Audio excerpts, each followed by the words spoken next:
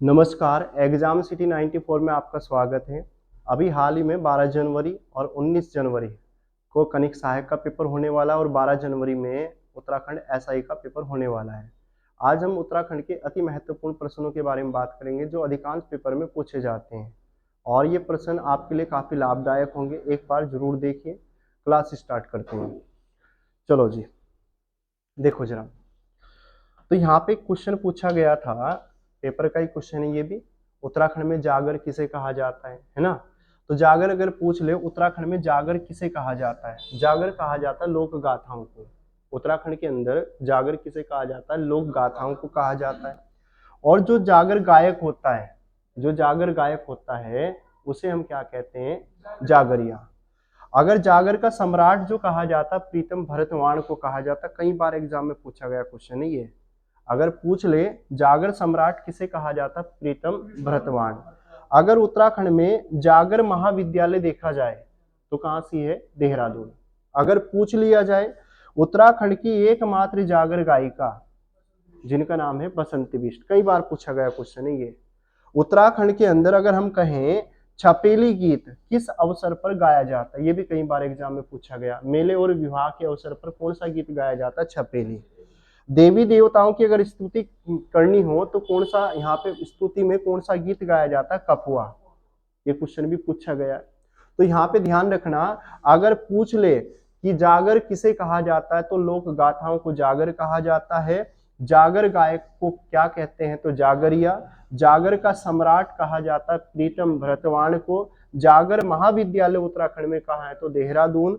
और उत्तराखंड की एकमात्र जागर गायिका बसंती बिष्ट। ठीक है। अगर पूछ लिया जाए छपेली गीत किस अवसर पर गाया जाता है? मेले और विवाह पर। मेले और विवाह पर। देवी देवताओं की अगर स्तुति करनी हो तो कौन सा गीत गाते हैं? कफुआ। कौन सा गाते हैं? कफुआ। समझ में आ गई। इसके बाद अगर बात करें यहाँ पे प्रेम पथिक, ये क्वेश्चन कई बार एग्जाम में पूछा गया। प्रेम पथिक के लेखक कौन है? Totakrishna Gairola. Very very important. अगर गढ़वाली छंदमाला, गढ़वाली छंदमाला के लेखक कौन है? गढ़वाली छंदमाला के लेखक कौन हो जाते हैं? छंदमाला, इसके लेखक कौन है? तो लीलानंद। इनका नाम क्या है? लीलानंद। इनका नाम है लीलानंद। लीलानंद कोटनाला। ये भी इंपोर्टेंट पेपर में आया हुआ है। फूलकंडी पूछा गया है, योगेंद्र पुरी। अभी हाल में पूछा गया था फूलकंडी के लेखक कौन है? तो योगेंद्र पुरी। अक्षांश दर्पण की बात करें, पंडित नैन सिंह रावत। अगर नाद नंदिनी, अभी हाल में पूछा गया था, केशवदास अनुरागी। ढोल सागर का ज्ञाता किसे कहा जाता? उत्तम दास। तो ध्यान रखना भाई, अगर प्रेम पथिक के लेखक कहता है तो कौन है? तो तोताकर्षण गैरोला। गढ़वाली छंदमाला के लेखक लीलानंद कोटनाला। फूलकंडी के लेखक योगेंद्र पुरी। अक्षांश दर्पण के लेखक पंडित नैन सिंह रावत। नाद नंदिनी के केशवदास अनुरागी। और ढोल सागर का ज्ञाता उत्तम दास। क्लियर हो गया। इसके बाद उत्तराखंड का कौन सा वाद्य यंत्र, अभी हाल में पूछा गया था व्यक्तिगत सहायक में, उत्तराखंड का कौन सा वाद्य यंत्र वीर रस से संबंधित है? तो हम कहेंगे रणसिंगा। कौन सा है? रणसिंगा। दिखा भी रखा है। ठीक है। यूरोपियन वाद्य यंत्र किसे कहा जाता है? मसकबीन। ठीक है। इसमें 5 बांसुरियां होती है। यूरोप की देन कहा जाता है मसकबीन। किस देश का वाद्य यंत्र कहा जाता है? तो हम कहेंगे स्कॉटलैंड। देन किसकी है? यूरोप की है। लेकिन अगर कहें किस देश का वाद्य यंत्र है? ये स्कॉटलैंड। अगर इसमें कितनी बांसुरी होती है? 5। एक क्वेश्चन ये पूछा गया था। युद्ध के समय कौन सा वाद्य यंत्र बजाया जाता है? तो हम कहेंगे तुहरी और रणसिंगा। याद रहेगा। तो उत्तराखंड का कौन सा वाद्य यंत्र वीर रस से संबंधित है? तो इसका नाम है रणसिंगा। यूरोपियन वाद्य यंत्र कहा जाता मसकबीन। और किस देश का वाद्य यंत्र है? तो स्कॉटलैंड। इसमें कितनी बांसुरी है? तो 5 है। और युद्ध के समय कौन सा वाद्य यंत्र? तुहरी या रणसिंगा। तो देखने में कुछ ऐसा हो जाता है। ये तो अपने यहाँ पे क्या है, इसे कहा जाता है नगाड़ा। ये हो जाता हुड़का। और ये क्या हो जाता? दमामा। ठीक है। ये क्या हो जाता? दमामा। रणसिंगा की अगर बात करूं, रणसिंगा ये है, पहले युद्ध के समय में बजाया जाता था इसे। ठीक है। अगर बात करें इसका प्रचलन पहले किस में था? युद्ध में होता था। जब युद्ध की शुरुआत करते थे तो रणसिंगा बजाया जाता था, और जब शाम को समापन करते थे तो शंख बजाया जाता था। ठीक है, तो एक क्वेश्चन ये पूछा गया था वीर से संबंधित, तो कौन सा कहेंगे हम? रणसिंगा। ठीक है, आगे चले। इसके बाद पूछा गया था बाजू तुबेरा तिमली, ये किस जनजाति के लोक नृत्य? कई बार एग्जाम में पूछा गया है क्वेश्चन। ठीक है, बाजू तुबेरा तिमली किस जनजाति से संबंधित है? तो हम कहेंगे भोटिया। भोटिया के बारे में अगर पढ़े तो भोटिया में कितने इनके घर पाए जाते हैं? 2 घर पाए जाते हैं, एक शीतकालीन होते हैं, एक ग्रीष्मकालीन होते हैं। ग्रीष्मकालीन घरों को क्या कहते हैं? मैट कहते हैं। शीतकालीन घरों को क्या कहते हैं? मुनसा या गुंडा। उत्तराखंड का सबसे बड़ा साक्षर समुदाय कहा जाता है भोटिया। उत्तराखंड के अंदर अगर पहले नंबर पे आता हम कहते हैं थारू, और दूसरे पे आता हम कहते हैं जौनसारी, तीसरे नंबर का सबसे बड़ा भोटिया। कितने जनजाति समुदाय? 5। कितने हैं? 5 जनजाति समुदाय पाए जाते हैं। पहले नंबर पे क्या हो जाता है? पहले नंबर पे थारू है, दूसरा कौन सा है? जौनसारी, दूसरा कौन सा है? जौनसारी। तीसरे नंबर पे आता है हम कहते हैं भोटिया, तीसरे नंबर पे भोटिया, और चौथे नंबर पे क्या आता है? बोक्सा, और 5वें नंबर पे क्या आता है? राजी, जिसे वनरोत भी कहते हैं। राजी को क्या कहते हैं? वनरोत। 100% गारंटी है मिक्स क्लास में से क्वेश्चन जरूर आना है, ध्यान रखना, जरा अच्छे से पढ़ के जाना। ठीक है, उत्तराखंड में मिलम और चोराबाड़ी क्या है? ग्लेशियर है। ठीक है, ग्लेशियर किसे कहते हैं? बर्फ के पहाड़ को कहते हैं। ठीक है, मिलम ग्लेशियर किस जनपद में? तो यहाँ पे मिलम ग्लेशियर उत्तरकाशी ना होकर कहाँ होगा? पिथौरागढ़। कहाँ से है? पिथौरागढ़। मिलम ग्लेशियर कहाँ से है? तो पिथौरागढ़। चोराबाड़ी पूछा गया, चोराबाड़ी ग्लेशियर कहाँ से है? तो रुद्रप्रयाग में। अगर पूछ ले मेहरा और फरत्याल किस राजवंश के दरबारी थे? तो हम कहेंगे चंद वंश से। ये किससे संबंधित है? चंद। ये क्वेश्चन में भी हाल ही में पूछा गया है। ठीक है, अगर कोटाल और पहरी किस राजवंश के कर्मचारी कहे जाएंगे? तो हम कहेंगे चंदवंश। तो मेहरा और फरत्याल भी किससे संबंधित है? चंदवंश से। और कोटाल और पहरी भी किससे? तो चंदवंश। अभी हाल में पूछे गए सारे क्वेश्चन नहीं है। ठीक है, इसके बाद संगोली की संधि बता सकते हो कब हुई थी? संगोली की संधि कब होती है? 2 दिसंबर 1815 में क्या हो जाती है? संगोली की संधि हुई थी। कहाँ से हुई थी ये संधि? चंपारण बिहार में हुई थी। अगर पूछ ले गढ़वाल का विभाजन कब होता है? तो हम कहेंगे 1815 में हुआ था। गढ़वाल का विभाजन जब अंग्रेज लोग यहाँ पे आ जाएंगे तो क्या होगा? गढ़वाल का विभाजन हो जाएगा। एक को क्या बताएंगे? टिहरी गढ़वाल, एक को क्या कहेंगे? गढ़वाल। समझ में आ गया? अगर बात करें सुदर्शन साहा ने टिहरी को राजधानी कब बनाया था? 28 दिसंबर 1815। जब राजधानी बनाया तो इसे रेस्टोरेशन डे के रूप में मनाया जाता है। ये क्वेश्चन भी पूछा जाता है। ठीक है, टिहरी को भारतीय संघ में कब शामिल कर दिया? 1 अगस्त 1949। कई बार एग्जाम में पूछा गया। अगर टिहरी का प्रथम राजा कौन होगा? सुदर्शन शाह। कौन से नंबर का है? पहला। ठीक है, अगर पवारों की बात करें, पवारों में कहेंगे तो 55वां। कौन सा था? 55वां। इतना क्लियर हो गया। सारे क्वेश्चन बिल्कुल इंपोर्टेंट है और 100% गारंटी यहाँ से पेपर में जरूर क्वेश्चन दिखाऊंगा तुम्हें। ठीक है, भागीरथी नदी का उद्गम होता है कहाँ से होता है? भागीरथी नदी का उद्गम होगा गोमुख। गोमुख कहाँ से है? उत्तरकाशी है। अगर भागीरथी की लंबाई की बात करूं तो 205 किलोमीटर इसकी लंबाई है। उत्तराखंड की सबसे लंबी नदी कही जाती है? बताओ। उत्तराखंड की सबसे लंबी नदी जिसका नाम क्या है? काली है।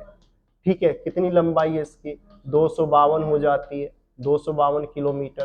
कहाँ से निकल के आती है? काला पानी, काला पानी कह देते हैं। काला पानी से आ जाती है, काला पानी। अगर काला पानी ना हो तो कहाँ चले जाते हैं? लीपू लेक दर्रा, लीपू लेक दर्रे से आ जाती है। पढ़ा नहीं पढ़ा है सब कुछ? ठीक है, तो बिल्कुल रिवीजन चलेगा। अब जब तक 19 तारीख तक 18 तारीख तक क्या चलेगा? रिवीजन चलेगा। सारी क्लास से ऐसे ही करनी है।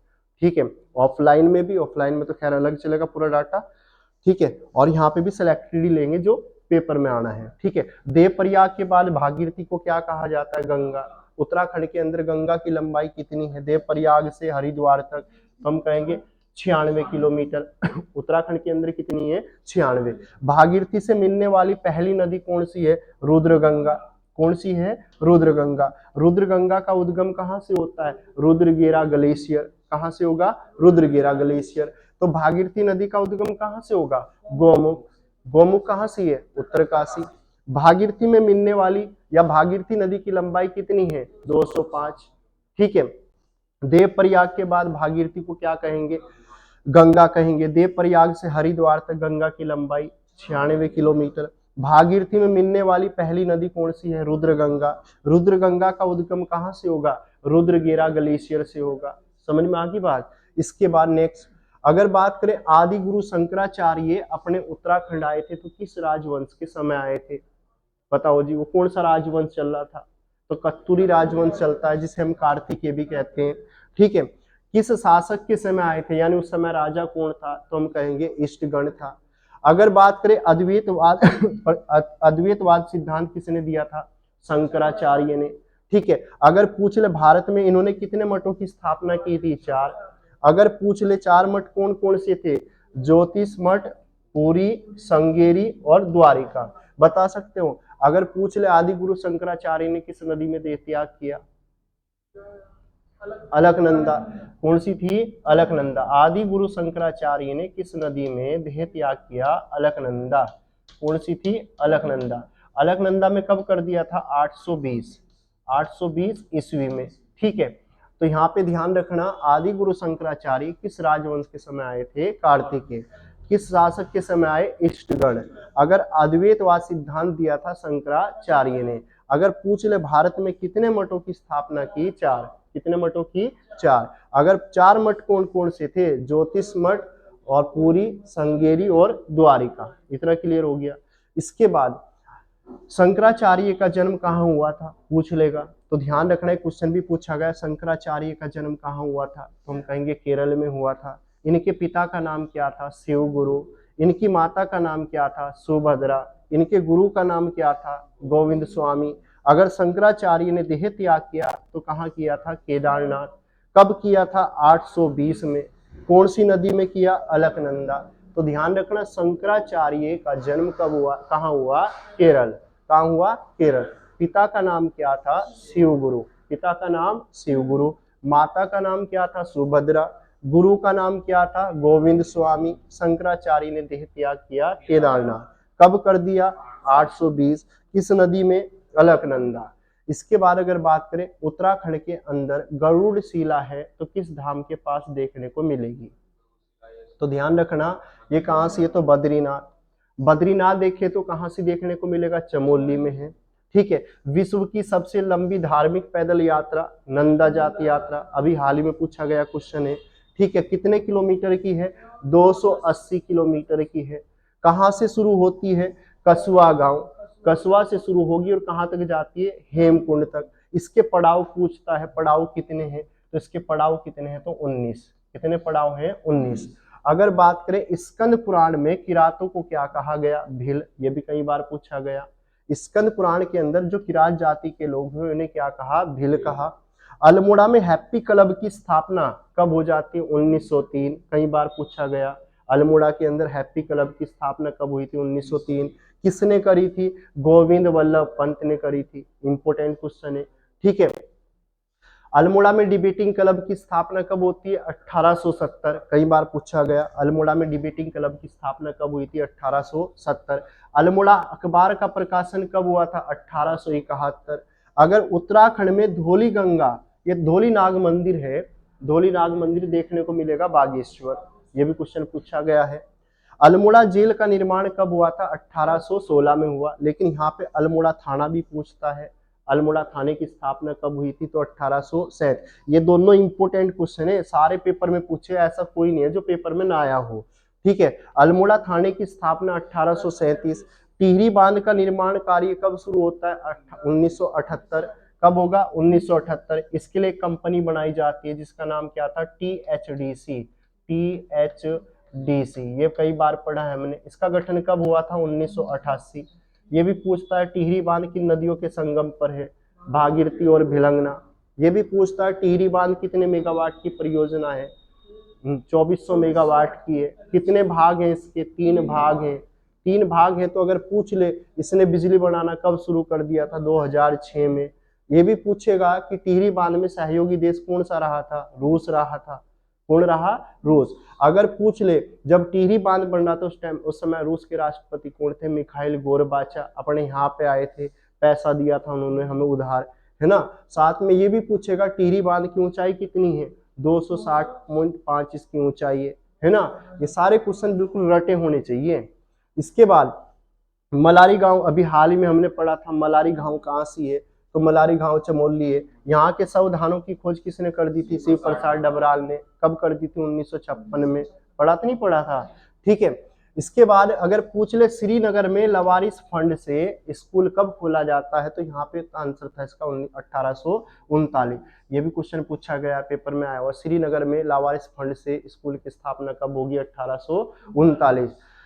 किसने खोला था स्कूल? कैप्टन हडसन ने खोल दिया था। अगर पूछ ले गांधी जी ने कुमाऊं की यात्रा कब की थी? तो हम कहेंगे 1929 में की। ठीक है, कब की? 1929। लेकिन गढ़वाल की यात्रा कब करेंगे?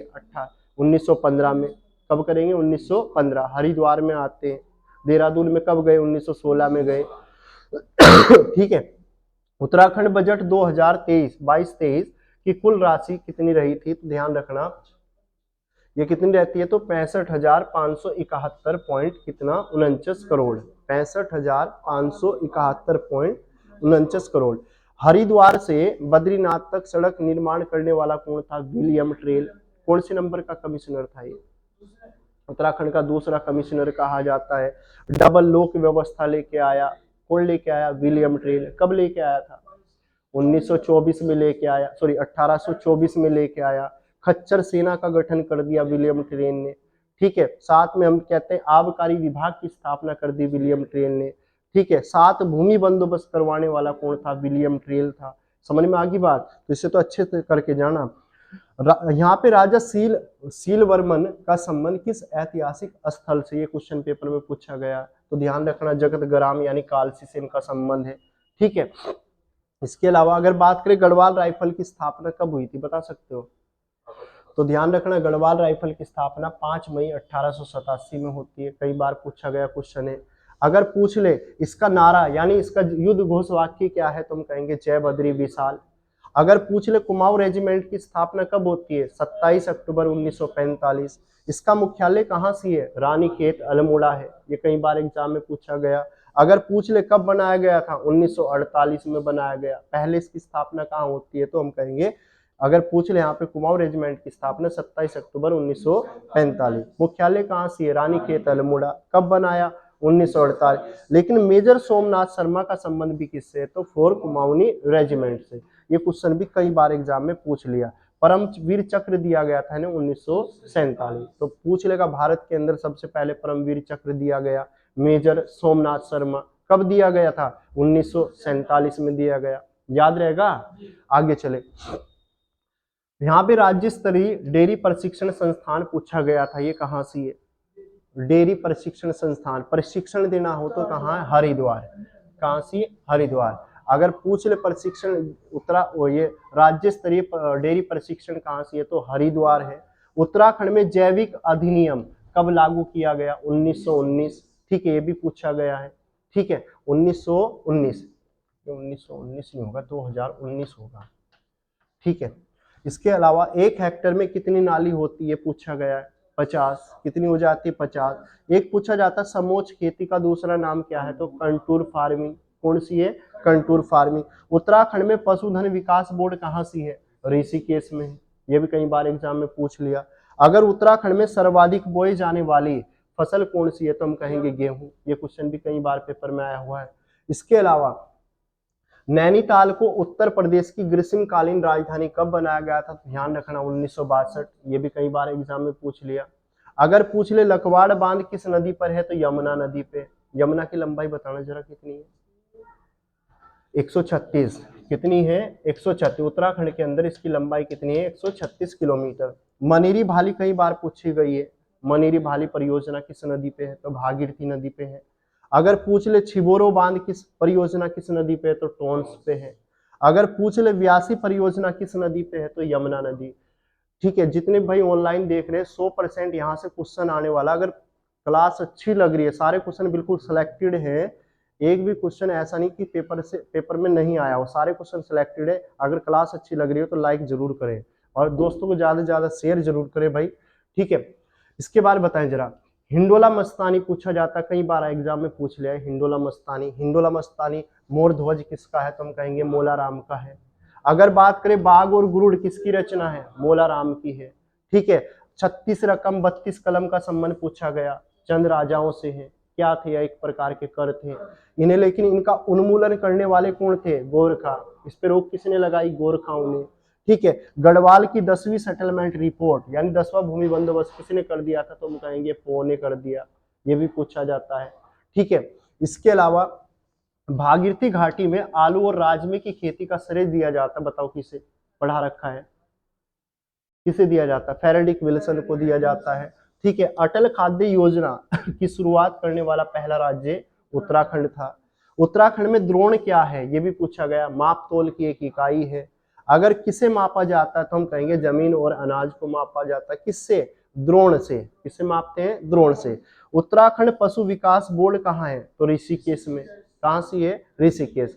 अगर पूछ ले उत्तराखंड में भूर्ण जैविक प्रौद्योगिकी संस्थान कहाँ से है, तो कालसी। और कालसी कहाँ से है, तो देहरादून। यहीं पे हम कौन सा शिलालेख देखते हैं, 13वां, किसका, अशोक का। कौन से नंबर का है, 13वां। अगर पूछ ले कब बनवाया था ये अशोक ने, हाँ कब बनवाया था, 257 ईसा पूर्व, ठीक है, 257 ईसा पूर्व, ठीक है, क्लियर हो गया। अगर बात करें 257 ईसा पूर्व, इसकी खोज किसके द्वारा की जाती है, जॉन फॉरेस्टर के द्वारा की जाती है, ठीक है। कब की थी, 1860 में की थी, क्लियर हो गया। इसकी अगर भाषा की बात करें तो क्या है, प्राकृत है। अगर प्राकृत ना हो तो पाली पे चले जाओ। अगर लिपि की बात करें तो ब्राह्मणी है। समझ में आ गया। कल से जो क्लास होगी ना पूरी बिल्कुल जबरदस्त होगी, सारे क्लास से मिक्स, ठीक है। ऑफलाइन में बिल्कुल गर्दा उड़ा देना, कल को सारा बिल्कुल रटवा के तब भेजूंगा अच्छे से, ठीक है। तो आज तो भाई इसमें इतना ही था। लगभग इसमें ऐसे होंगे कोई 100-150 क्वेश्चन, 100 के लगभग तो होंगे ही, ठीक है। तो याद हुए होंगे, एक बार जरूर पीडीएफ दे ही रखी तुम्हें, एक बार रिपीट जरूर मारना भाई सभी को। अगर क्लास अच्छी लगी, दूसरी क्लास चाहिए तो भाई लाइक कमेंट जरूर करें। धन्यवाद फॉर वॉचिंग, कल मिलेगा भाई अगली क्लास में, ठीक है।